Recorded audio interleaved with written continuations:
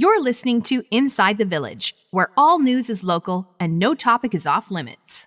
So help me, Bob, it's bully in the alley. Hey, bully in the alley. So help me, Bob, it's bully in the alley. Bully down at Shinbone Alley. Welcome to Inside the Village, a brand new podcast from Village Media that highlights the stories and story makers from across Ontario. I'm Scott Sexsmith, and I'll be joined each week by the editor-in-chief for Village Media, Michael Friscolanti. Frisco, it's great to be teaming up with you on this project. Awesome to be down here with you, Scott. Really looking forward to it. The first word goes to you, Frisco, as it will each and every week. Yeah, I think we just want to give people an idea of what we're going to be doing here on this podcast. We kind of envision it as a weekly rundown, a window into what's going on our news sites around Ontario. Village Media operates some fantastic local news websites across the province, and we tell great stories. And sometimes it's really we need to take the opportunity to highlight those stories to not just the readers in those communities, but people outside of those communities. So I really feel like we're going to sort of shine a light on the great stories that are going on, stories big, stories small, somewhere in between, really interesting newsmakers in those communities and the stories that they're telling. So I'm really excited about it. I think it's going to be awesome. All right, looking forward to it. The first word from Frisco. Our first segment this week deals with a missing 37-year-old from St. Catharines. Katrina Blagdon went missing at the end of December. Up next, we'll be joined by Katrina's mother, Bonnie, and sister, Kelly, to bring us up to speed on where things are at as the search continues for Katrina. All that and more next on Inside the Village. From newsmakers to celebrities to other prominent guests, you'll find them all on Village Media's new interview series, Up Close and Personal. Join host Scott Sexsmith as he goes one-on-one with well-known Canadians to hear their story. Up Close and Personal. Look for it on your favorite Village Media website across Ontario.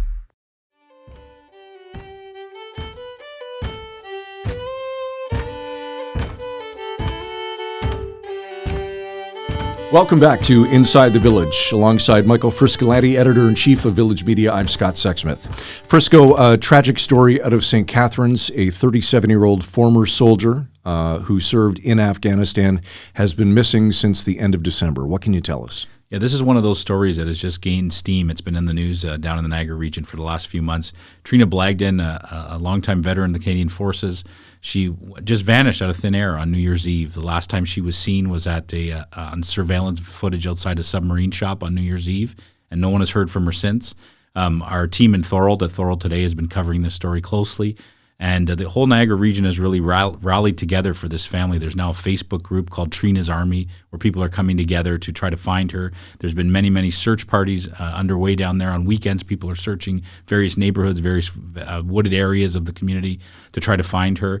I mean, it is a story that has just stayed in the public eye because of the support the family has received. And you don't really see it that often where somebody can be missing like this and people have rallied together to try to help this family.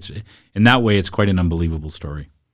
We're very pleased to be joined today by Katrina's mom, Bonnie, and sister, Kelly, to bring us up to speed. Thank you both for joining us today. Thank you for having us. I'd like to first start by hearing about Katrina, what kind of person she is and what drew her to the military. Bonnie, maybe you could start us off. Trina is an outgoing person, and she loves a challenge, and she's funny. She loves to help people, and she loves to make people laugh.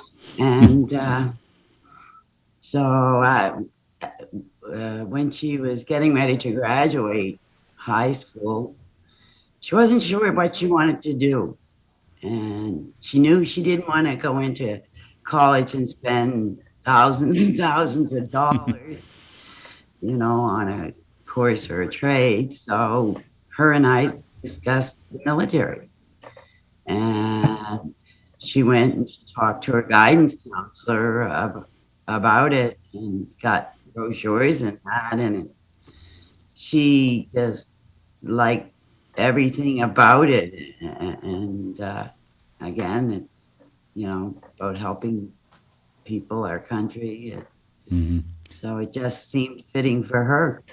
And Kelly, she followed your footsteps into the military as well, right? She did, but it was almost like a joint decision. So when Trina got it in her head, I feel like the bug was planted in my head at the same time. Mm-hmm.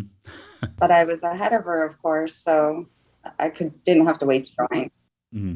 And how much older are you, Kelly?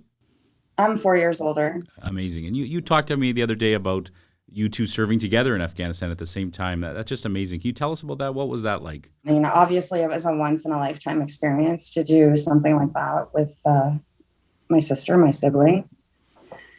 It was amazing to have a piece of home there. We felt like we could seek each other out and seek comfort and talk about what was going on at home, because what was going on around us was not something that we wanted to rehash and discuss at the end of every day. Absolutely. Just real quickly, can you tell us what she did in Afghanistan, what her role was? Trina's a supply technician. So she would have been in charge of, they call them stores, where they hold all extra supplies, whether it be bullets, food items, stuff that the hospital needs, stuff the clerks need, the infantry. So she would have known everybody, and everybody always loved Trina. Bonnie, Katrina moved to the St. Catharines area. Can you tell us what drew her to that area?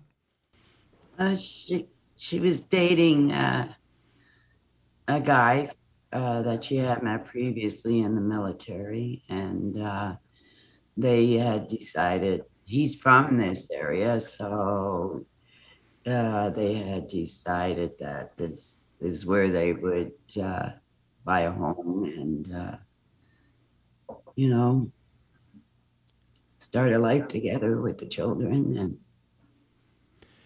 Can you tell us when you last spoke to her? Christmas Day. What do you know after that? Kelly, maybe we can go to you. We know that she was last seen on New Year's Eve at a sub shop in St. Catharines. What do you know? We know that her last outgoing text was to her boyfriend at 5:09 p.m. Mm-hmm. We know that she was seen shortly after that at the what's the sub shop? Firehouse Steps in St. Catharines. She was caught on video camera with her boyfriend.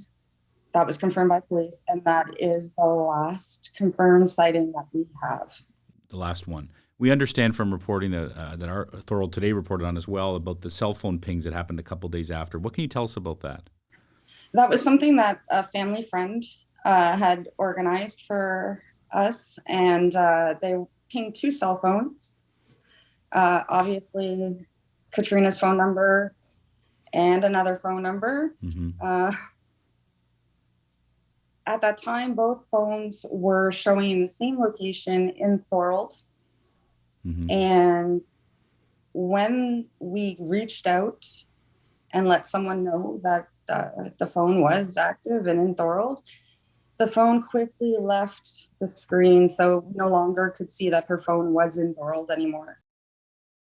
And as far as you understand, it wouldn't have been Katrina with the phone? No, there is absolutely no way Katrina would have had her phone and not contacted anyone to say, I'm safe, guys. Call off the police. Yes, of course. And as we've talked about before, it was basically like she left everything behind. She didn't take anything with her. She didn't even take her dog for a walk that morning, right? What can you tell us about that? What was left behind? She left her purse, her house keys, her wallet, her bank card, her dog. Anything that anybody would need. And Bonnie, how about you? How did you hear she was missing? Trina's best. I was staying at my middle daughter's house and Shelley got a call from Trina's best friend Holly, and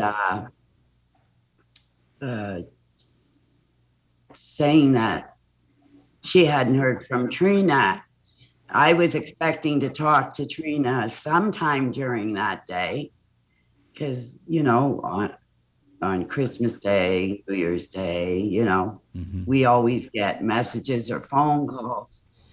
And anyways, Holly told told Kelly that she was told Trina had left the house sometime between midnight and 7 in the morning and had not returned. And ever since then, Bonnie, you and Kelly and other family members have been in the Niagara region searching ferociously to try to find out what happened to you. I've seen you hanging missing posters all over town. I mean, it's been an unbelievable effort. What keeps you both going? Her. Because this just doesn't seem possible. She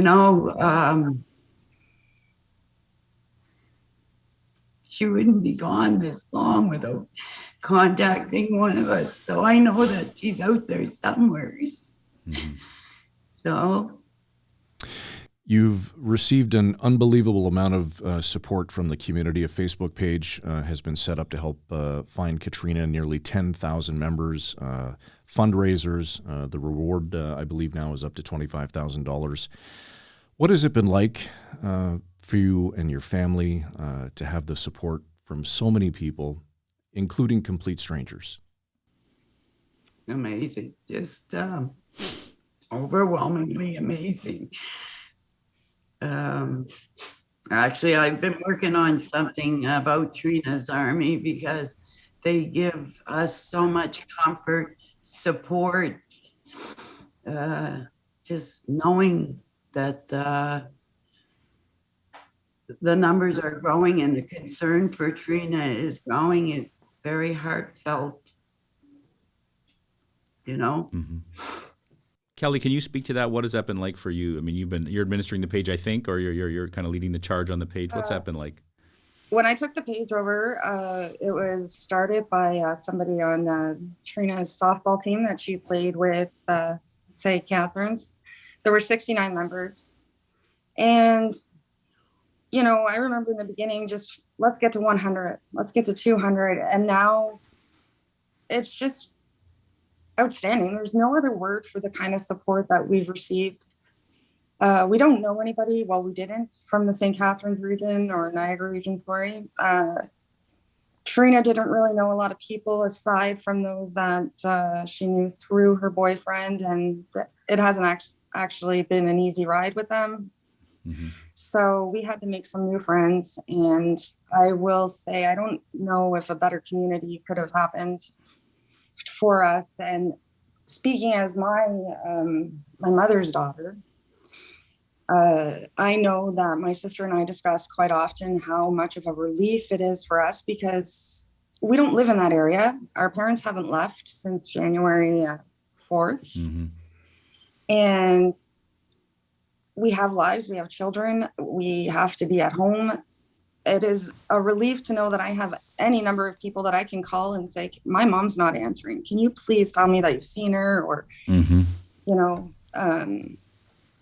that kind of comfort for me is priceless in a time like this.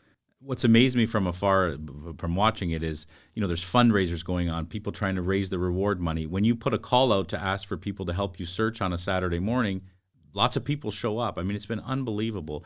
Can you talk about the searches? What is it what's leading you to certain areas? What kind of searches are you doing? Sometimes it's a psychic, not going to lie. Sometimes it's based off a tip that we get that we may not be able to share with you until the police have finished with it. Or just areas that locals maybe know of that we don't know. That's what we're very interested in. Kelly, sometimes we can't go into certain details. Like you said, there's an active police investigation. It's difficult to point fingers. But are there people out there who aren't saying everything they know about what happened? 100%. Like 150%. There are people that could put an end to this pain, this part of the pain, so easily. And I know that. We know that. And that, like, not only to make a decision to take someone away from their lives, but to prolong the suffering, to not give that person the dignity they deserve. Mm-hmm. Everybody deserves. Absolutely. And I'm sorry, these questions are difficult, and I apologize. But Bonnie, do you suspect foul play here? Is there any chance that your daughter just walked away and disappeared somewhere? No. If my daughter just walked away and disappeared somewhere, and I want to be wrong by a billion times, she would never in her wildest dreams ever just forget about her family and her 2 sons, ever. Mm-hmm. I want to ask you about that. I'm sorry, again, it's a difficult question. But she has 2 sons, 2 teenage sons, correct? Yes. How are they holding up through all this? They're managing the best that they can. Their dad is really wonderful, and being by their side and helping them out and adjust to, or I don't even know if it's adjust or just to get through each day until we find their mom. Absolutely. There's nothing for them to adjust to. Mm-hmm. They don't know what to adjust to. We don't know what to adjust to. Mm-hmm. No, you're right, Kelly. And I couldn't even imagine. I couldn't even try to put myself in your shoes. I guess what for your family now, 4 months later, what's the best case scenario in this? What's the best case scenario for your family, Kelly? Honestly, like, not negating the fact that the best case scenario would obviously be to find my sister wandering around downtown somewhere. Mm-hmm. But in all likelihood, and with the information that we've got, the best case scenario is that we find her and we're able to give her the rest and the dignity that she deserves as a person, as a soldier, as a vet, as a person. It's just unfathomable to think that my sister is out there, and her biggest fear was always like, we used to talk about this, and it used to be, if something happens to me, please don't let them put me in the ground. It's my biggest fear. And as her older sister, I feel like I'm failing her constantly. Every day we don't find her, we feel like we're failing her. We need to be able to give ourselves permission to grieve, and we can't. And that's what keeps us going. That's what keeps me going. I think it's important that we point out that anyone with information regarding Katrina's whereabouts is asked to contact the Niagara Regional Police Service dispatch. Here's the number, and for those of you watching on the Village Media platform, we'll certainly flash it across the screen. It's 905-688-4111. Then dial option 3 with this extension, and this is important, 102-4325. That's 102-4325. You can also call the Crime Stoppers tip line at 1-800-222-8477. Bonnie, Kelly, Frisco and I can't imagine the pain that you and your family are going through. We will certainly do whatever we can to bring awareness to this, and know that thoughts and prayers and anything good that we can send your way is certainly is going in your direction. We appreciate you doing this today. And we're very grateful that you came on. We know this isn't easy to do, but and it's amazing how hard you're all working to keep Trina's name out there, to keep her face out there, and to keep this case alive. Is there anything we didn't ask you that you wanted to get across?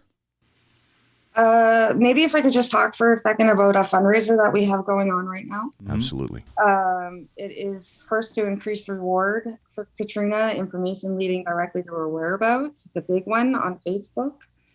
It's a penny raffle, grand prize raffle with Toronto Raptors ball signed, Toronto Maple Leafs jersey signed. And secondly, it helps us keep the search going. And thirdly, and definitely not the least important, is that we want to give back 10% to the community that we're in for people of missing families, so that they can have funds that directly help them. But we're just looking for that charity at this time. Okay. Thank you both very much for your time today. Thank you. Inside the Village, we'll be back right after this.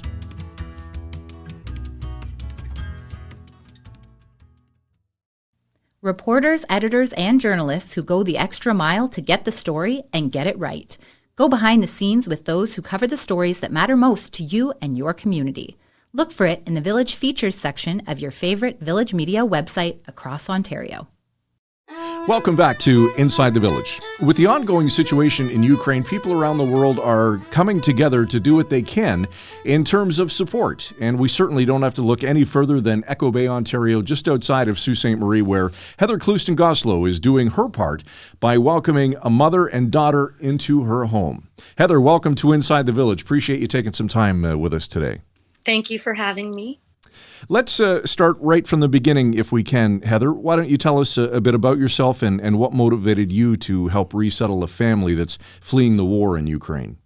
I was a healthcare aide for 30 years, and I have a very caring heart. I was watching the war unfold, and I was just traumatized. So I went away on vacation for 3 weeks to Jamaica, and now and again I'd see on CNN the war itself, and it was just devastating. So I asked my husband if perhaps we can take a few Ukrainians into our homes. So I did some research, and I saw on Facebook a website called Canadians Hosting Ukrainians. And I reached out. There's many people wanting to flee the war and come to Canada.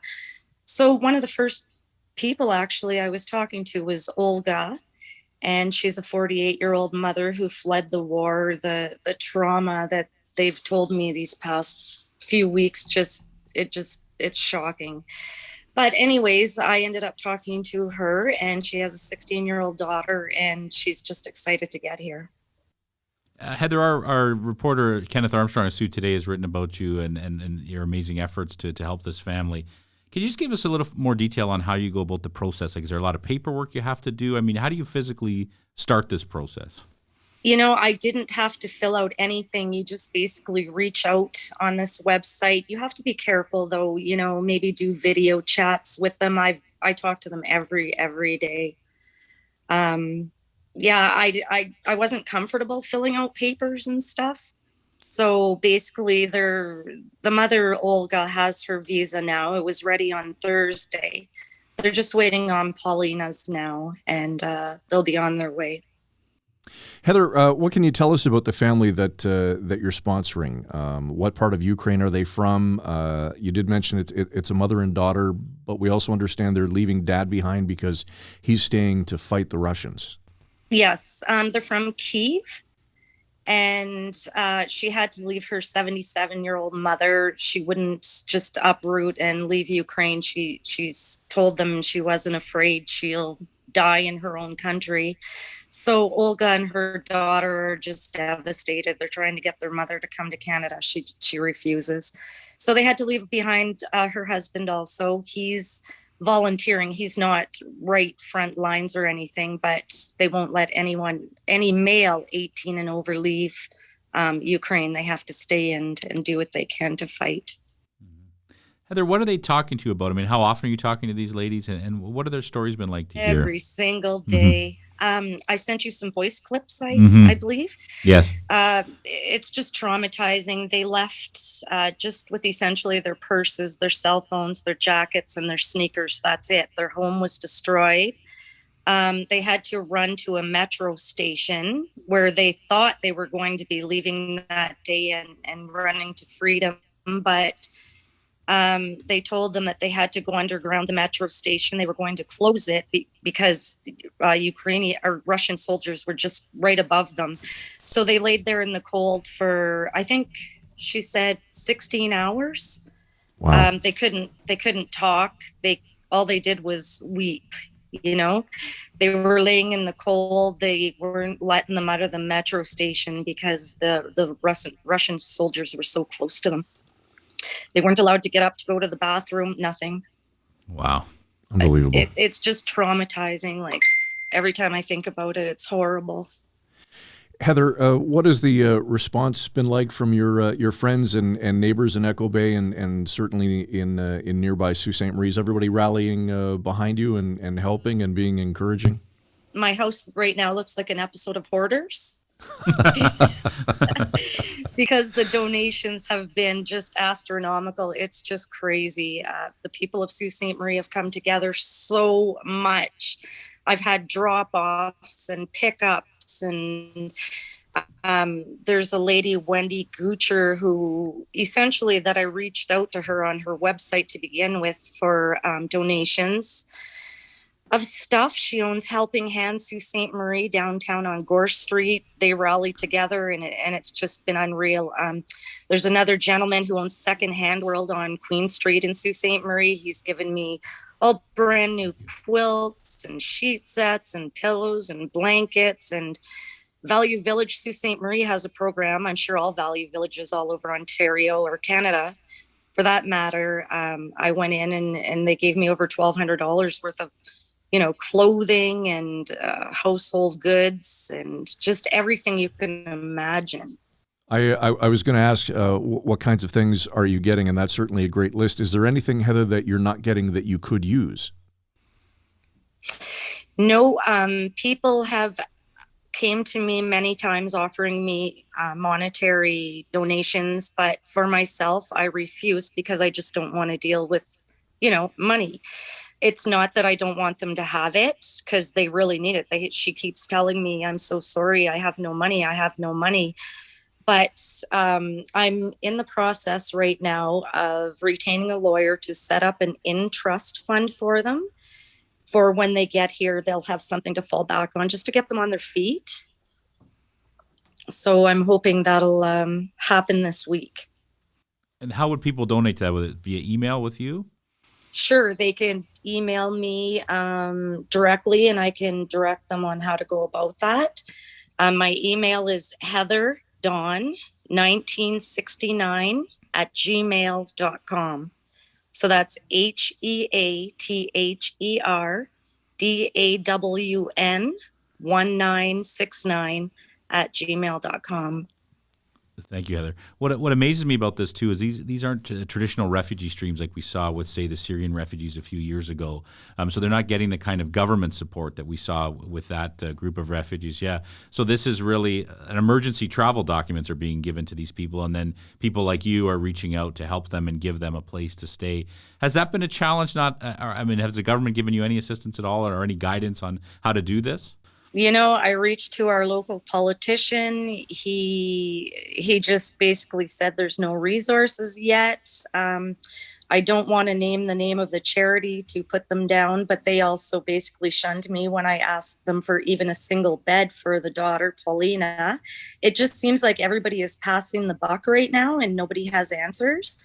I'm on that website, Canada Host Ukrainians, every day, and I'm hearing stories of people landing in Toronto with no place to go.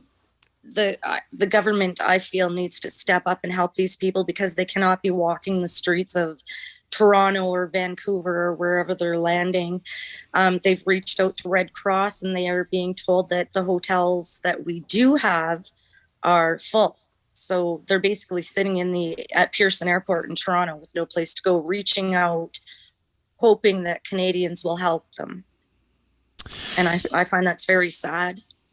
Yeah, it certainly is. Heather, when are your housemates expected to arrive? And I guess what I'd like to know is, as that date draws nearer, what's going through your mind? I'm excited. I can't wait to get them to safety. I have friends of mine in Echo Bay, Ontario, who own a restaurant called Bucci's. They want to hire them right off the hop. Of course, Paulina will be attending high school, so she can perhaps work on the weekends if she wants. And as for Olga, she can go full time. That's fantastic. I mean, in your conversations with these women, Heather, have you talked to them about, I know so many things are happening right now, but have you talked to them about where they see themselves in a few years? I mean, do they hope that they can go back home? Are they having those kind of conversations with you? Absolutely. Olga thinks that her daughter, if she likes it here, should stay because our universities and stuff in Canada are so much better than in Ukraine. But Olga really wants to go back, and I'm hoping that, this war will end soon enough so they can start rebuilding their country.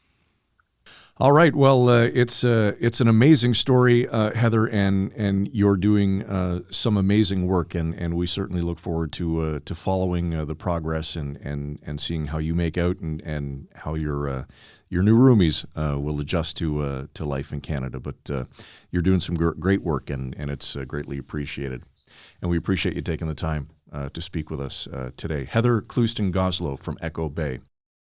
Coming up next on Inside the Village, and let me ask you the question, could you imagine living beside somebody who every night for the past 2 years played their bagpipes on their front lawn?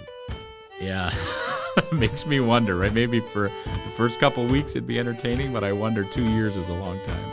We'll find out why this particular gentleman did it and why he stopped. It's all next on Inside the Village. For the latest in-depth features and enterprise journalism from your local writers at Village Media, be sure to check out The Big Read. The Big Read. It's the full story behind the headlines. Look for The Big Read on your favorite Village Media website across Ontario. I'll leave my sail to go a-sailing. Hey, bully in the alley. I'll leave my gal. Welcome back to Inside the Village. Alongside Frisco, I'm Scott Sexsmith. Frisco, a great guest that we're going to be speaking with now out of Fergus, Ontario. Peter Hummel is joining us. Peter, welcome to Inside the Village. It's great to have you. Hi, thanks for having me, guys. So, Peter, you've got a very interesting story. For the last couple of years, you've been doing something every evening to honor frontline workers, healthcare workers. Maybe you could give us the backstory on that. 2 years ago, I started playing my bagpipes at 7:30 at night for support workers, frontline workers, and healthcare workers. My wife actually gave me the idea. In the UK, they do this thing. They were doing this thing at 3 o'clock at a shift change, where some bagpipers and just people in the area were banging pots and pans. And my wife was like, we have a balcony on our front porch upstairs. She's like, you should go up there and play. I'm like, we'll do it once and see what happens. And I did it once, twice, and then all of a sudden, people were coming out onto their front driveways in my neighborhood and bringing pots and pans, and they, hit the pots and pans and all that fun stuff. It just kind of went from there, and then all of a sudden it became a thing that I love doing. Don't get me wrong, I love doing it. But Peter, what do you do for a living? I'm an educational assistant. I work with special needs students at the local high school here. Oh, that's amazing. So the first night you did it, were you a little bit nervous? How was that first day? I wouldn't say nervous. I was just kind of like, okay, let's see where this goes. Mm-hmm. Really, I'm used to performing in front of people, like judges and what have you. So there was no judges outside at the time. So it's kind of like, all right, I'll go play for 5 minutes. But then, 5 minutes turned to 10 minutes, 15 minutes. And then all of a sudden I was doing a full-on almost 20 minutes some nights. It had to have turned some heads, though, Peter, when you first started doing this. Yeah, oh yeah, it did. It did. It is a Scottish town, and people, like I said, people were coming from different parts of Fergus to come watch me play. There were people coming from Waterloo, and actually one night some people from Toronto showed up. Now, are you doing this in a full-on outfit, or was it just jeans or sweats? On special occasions, I'd put on the uniform and what have you, but for the most part, it was like in the summertime, I was in my shorts. But we did themes for a little while there, where one night was movie night, and I had people like dress up in costumes of their favorite movie character. I went as Braveheart. That was shocking. Well, I don't quite have the look of Jamie Fraser. I do like to call myself the Jamie Fraser of Fergus, but I'm not. Peter, did all your neighbors love it, or did you have a few that weren't so happy about it? Well, I had a couple that weren't too happy about it, but I think they were more unhappy that, like, because I am a competitive piper, like I do compete, I practice, and I would practice in my backyard, and they, it got kind of negative for a little bit there, and then, yeah. Yeah, I don't mean to bring up the negativity, but I think I read that some bylaw officers at some point came to your house. Is that right? I had a couple OPP come to my house, and I had bylaw enforcement come to my house. They let me, like, they're just doing their jobs. Like at the end of the day, like, they were very cool. They were very nice to me. They just wanted to let me know there's been a noise complaint, and I'm not breaking the law. That's every time they did it, that you're not breaking the law, but you do, we have to respond to this and we have to let you know. And I said, okay. And I always said, well, let the complainant know that they can come talk to me anytime. Like, let's figure something out. And then it kind of got worse from there. And how did it get worse, Peter? There was a lot of vulgarity going on. Air horns were going off when I was playing. Yeah, there was one night it just got to the point where, like, I have a one small child and I've got a teenager, so swearing, she's not gonna.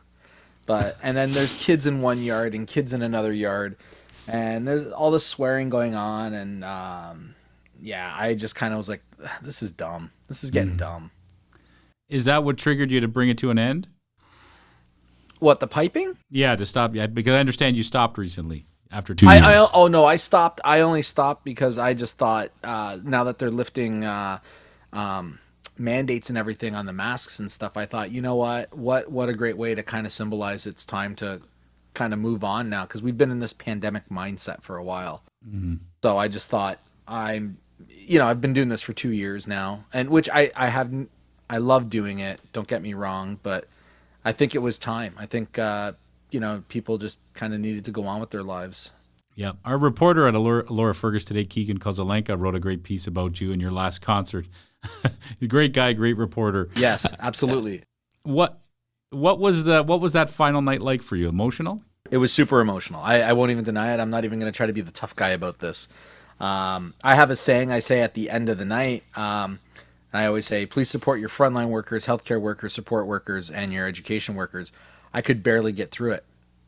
I got all choked up about it, and one of the women that come out all the time to hear me play, she's 90 years young, and I always played her favorite tune, and when I played it, I was getting choked up even playing that, just because, we my neighbors and I still all hang out and stuff, and it's really we did create a family out of this, like my close neighbors in my neighborhood. We still want to hang out and we do stuff, so it's good. Peter, I think first of all, thanks for taking the time to speak with us here on the show today. I think it would only be fitting, and I know that Frisco and I would certainly love to have you play us out. So that we can enjoy what sadly we didn't get to see live and in person for the last 2 years. Can you play us out? Absolutely. Just let me adjust my microphones here. Absolutely.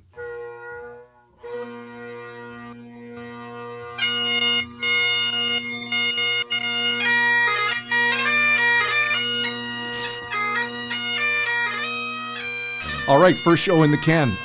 It was a good one. I can't wait to see where we go from here. Absolutely, it's going to be a good ride. I was nervous. I think we did okay. I think we got through it. Yeah. Thank goodness people can edit and make us look and sound a lot better than we are. Right on. And that is episode number 1 of Inside the Village. Don't forget, you can check it out anywhere across the Village Media platform or wherever you get your favorite podcast. For Michael Friscolanti, Frisco, I'm Scott Sexsmith. Thanks for listening today. You've been listening to Inside the Village.